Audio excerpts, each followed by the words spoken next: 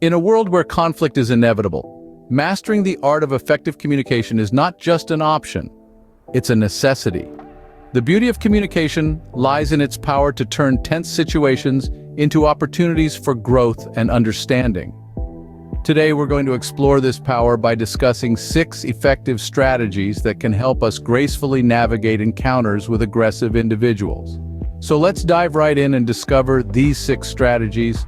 First and foremost, the power of active listening and empathy cannot be overstated. Imagine being in a heated argument, and instead of reacting, you choose to listen. Truly listen.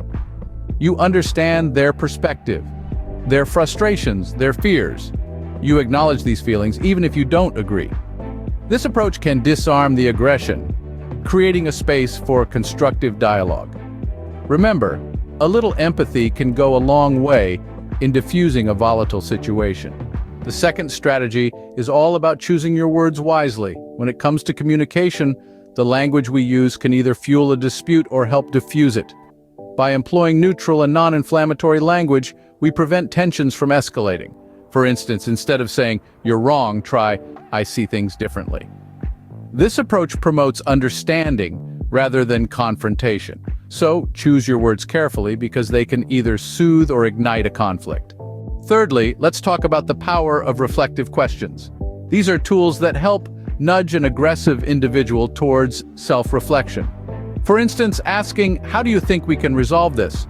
or "What outcome are you hoping for?" subtly shifts their focus from conflict to solution. Such questions prompt introspection, encouraging them to consider their actions and its impacts. With the right questions, you can guide the conversation towards a more constructive path. Our fourth strategy is the use of I statements. This communication tool allows you to express your feelings and concerns without pointing fingers. For instance, instead of saying, "You never listen to me," you could say, "I feel unheard when I speak." This reframed approach reduces defensiveness and opens the door for a more constructive conversation. So remember to frame your statements around I to foster understanding and cooperation. The fifth strategy is all about being proactive and solution-oriented. Rather than dwelling on the problem or pointing fingers, propose constructive solutions that address the issue at hand. For instance, if there's a disagreement about project deadlines, suggest a compromise that meets both parties' needs. This approach shifts the focus from blame to resolution, fostering a more positive atmosphere. By offering solutions, you're opening the door to a more productive and cooperative dialogue.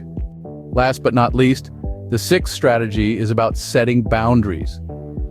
Establishing clear and respectful boundaries is pivotal in any conversation.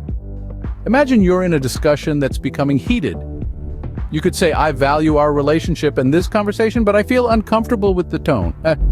Can we continue this discussion in a more constructive manner?" This approach maintains respect while also expressing your personal limits.